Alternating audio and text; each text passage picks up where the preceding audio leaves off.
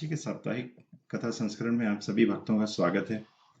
आज हम सुनेंगे महाराज जी की एक और लघु कथा। ये कथा बाबा रामदास द्वारा रचित पुस्तक मिरेकल ऑफ लव से ली गई है। तो कथा इस प्रकार है कि काफी पुरानी बात है। ये बात कैंची आश्रम की है। तो महाराज जी वहां थे और तभी एक उनके भक्त थे जो पेशे से वकील थे। वो और उनकी पत्नी धर्मपत्नी आते हैं महाराज जी के पास। और इन दोनों के कोई संतान नहीं थी। शादी हो गई, काफी समय हो गया था, पर इनके कोई संतान नहीं थी। तब महाराज जी ने इन लोगों को देखा, क्योंकि महाराज जी को तो कुछ बताने की किसी को कोई जरूरत नहीं, महाराज जी समझ जाते। तो महाराज जी ने कहा कि अच्छा, तुम्हारे कोई संतान नहीं है। तो महाराज जी ने एक उठा के अमरूद रखा था वहां पर और वो उनको दे दिया। बोले तुम दोनों इसे खा लेना, तुम्हें संतान की प्राप्ति होगी।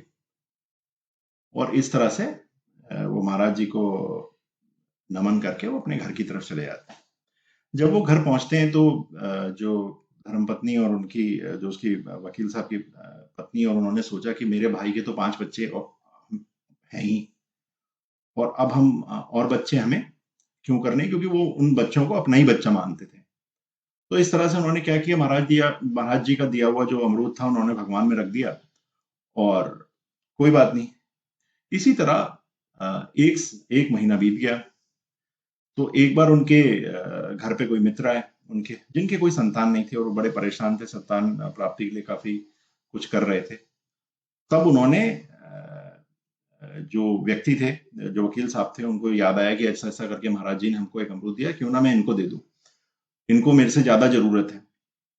तो जब उन्होंने जाके पूजा घर में देखा तो जो अमरूद था वो 1 महीने पहले का था, पर बिल्कुल सही था, कुछ खराब नहीं था, कुछ नहीं, कुछ सड़ा नहीं था, बिल्कुल बढ़िया, जैसे कि अभी कल ही तोड़ के लाए। तो उठा के उन्होंने वो अमरूद उन दोनों पति पत्नी को दे दिया जो उनके मित्र थे और उनकी संतान नहीं थी। और अब उन्होंने, वही वाली बात है कि जब आदमी परेशान होता है तो हर तरीके के उपाय करता है। तो इस बार से क्या हुआ कि उन्होंने उठा के वो अमरूद उन धर्मपत्नी और उसकी अपने मित्र की धर्मपत्नी और उनको दे दिया और उनका खा लीजिएगा, इससे लाभ होगा।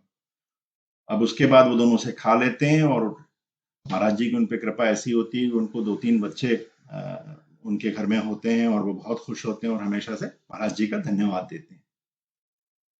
तो इस लघु कथा में क्या था कि सबसे बड़ी चीज तो ये समझने वाली है कि कभी भी मान लीजिए कोई चीज आपके पास है, जैसा कि कोई भी आपके पास ऐसा रिसोर्स है या ऐसी कोई भी चीज है जिसकी उस समय आपको बहुत ज्यादा जरूरत नहीं है और आगे जाके भी उसकी जरूरत नहीं है, पर हो सकता है कि कोई भी और व्यक्ति हो जिसको उसकी बहुत ज्यादा जरूरत है। मान लीजिए आपके घर में जो आपने खाना बहुत ज्यादा बना लिया और उतना आप खाते नहीं है, पर आपके गरीब में जो घर में के पास एक गरीब भिखारी बैठा है, उसको उस खाने की ज्यादा जरूरत है। दूसरी चीज क्या है कि जैसे कि आजकल हम सबसे बड़ी चीज जो मैं कहूंगा इसमें जो बांटने वाली है, जैसा हम देखते हैं कि आजकल हमारे बच्चों की पुस्तकें होती हैं, जब वो एक बार पढ़ लेते हैं तो दोबारा तो उसे कोई खोल के देखता नहीं है। तो यदि हम उन्हीं पुस्तकों को संभाल के रख दें और जब वो उस कक्षा से दूसरी कक्षा में चले जाएं तो वो पुस्तक वापस किसी ऐसी जगह दे दें जहां से गरीब बच्चे उसे प्राप्त कर सकें। ये नहीं कि जाके बेच दी किसी दुकान, वो जाकर अपने स्कूल की लाइब्रेरी में दे दें या ऐसा कोई व्यवस्था बनाएं जिससे कि वो गरीब बच्चों को वहां से मुफ्त में वो किताबें मिल जाएं। हो सकता है हमारे बच्चों के लिए वो किताबों की कोई मोल नहीं हो, पर जो बच्चा पढ़ना चाहता है और जिसके पास उतने पैसे नहीं होने खरीदने की, उसके लिए बहुत ज्यादा मोल है उसका।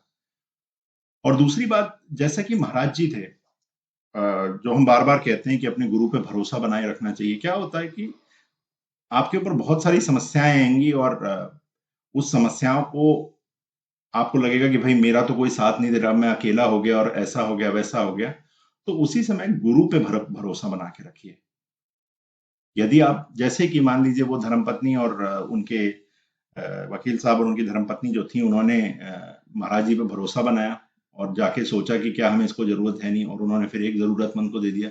उस व्यक्ति ने भी महाराज जी पे भरोसा बनाया। तो जिस हिसाब से वो भरोसा बनता है वो आप हमेशा बना के रखें। इसी के साथ आज की कथा हम यहीं समाप्त करते हैं।